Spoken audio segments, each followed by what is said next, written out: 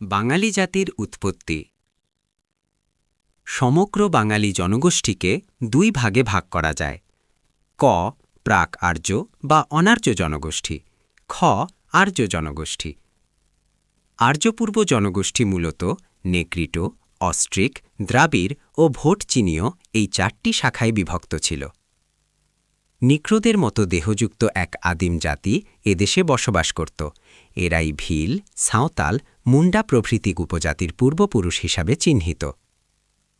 Austric জাতি থেকে বাঙালি জাতির প্রধান অংশ গড়ে উঠেছে বলে মনে করা হয়। কেউ কেউ তাদের নিষাদ জাতি বলে আখ্যা দিয়েছেন। প্রায় ৫,০০০ বছর পূর্বে ইন্দোচীন থেকে আসাম হয়ে বাংলায় প্রবেশ করে অস্ট্রিক জাতি নেগ্রিটোদের উৎখাত করে।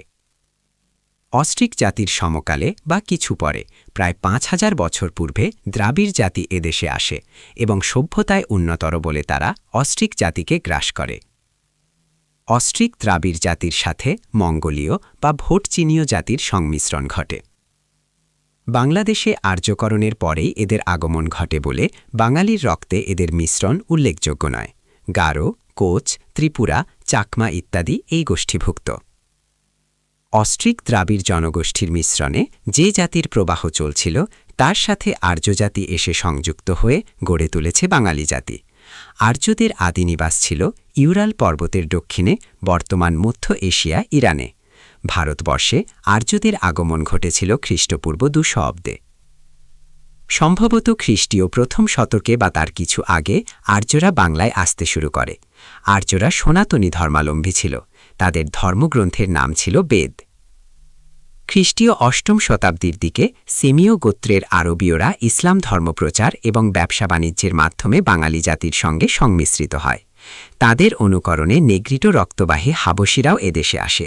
এমনিভাবে অন্তত ১৫০০ বছরের অনুশীলন, গ্রহণ, বর্জন এবং রূপান্তরীকরণের মাধ্যমে বাঙালি জাতি গড়ে ওঠে। নৃতাত্ত্বকভাবে বাংলাদেশের মানুষ প্রধানত আদি অস্ট্রেলীয়, প্রোটো অস্ট্রেলিয়ান নরগোষ্ঠীভুক্ত। এক নজরে বাঙালি জাতির উৎপত্তি। ১ নেগ্রিটো, ২ অস্ট্রিক, বাঙালি জাতির প্রধান অংশ গড়ে ওঠে। ৩ দ্রাবিড়, ৪ ভোটচীনীয় বা মঙ্গোলীয়।